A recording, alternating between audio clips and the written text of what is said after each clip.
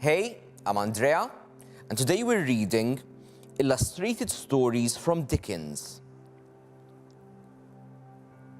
Nobody's Baby. Take care of him. The young mother's whisper was as soft as the swirling snow outside. Her face as white as the sheet that covered her. Feebly, she touched her newborn son, breathed a last sigh, and closed her eyes. "She's dead," announced Mrs. Mann, the midwife. "What a nuisance. I'll have to get Mr. Bumble."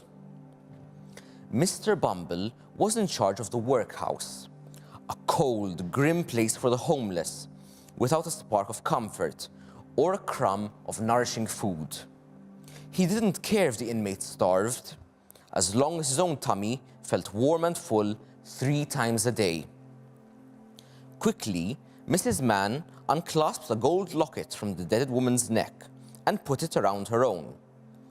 Opening it, she read the name Agnes engraved inside.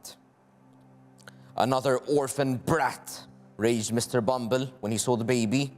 "Who is he anyway?" "Who knows?" Mrs. Mann yawned. "His mother walked in yesterday, off the street. She must have walked some distance. Her shoes were worn out. Good-looking girl, too. He must have a name." Mr. Bumble thought hard. "Well, I name all orphans alphabetically, and the last one was Smith, so he can be Twist, Oliver Twist."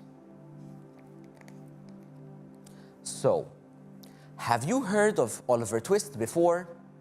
And what is Oliver Twist most famously known for saying?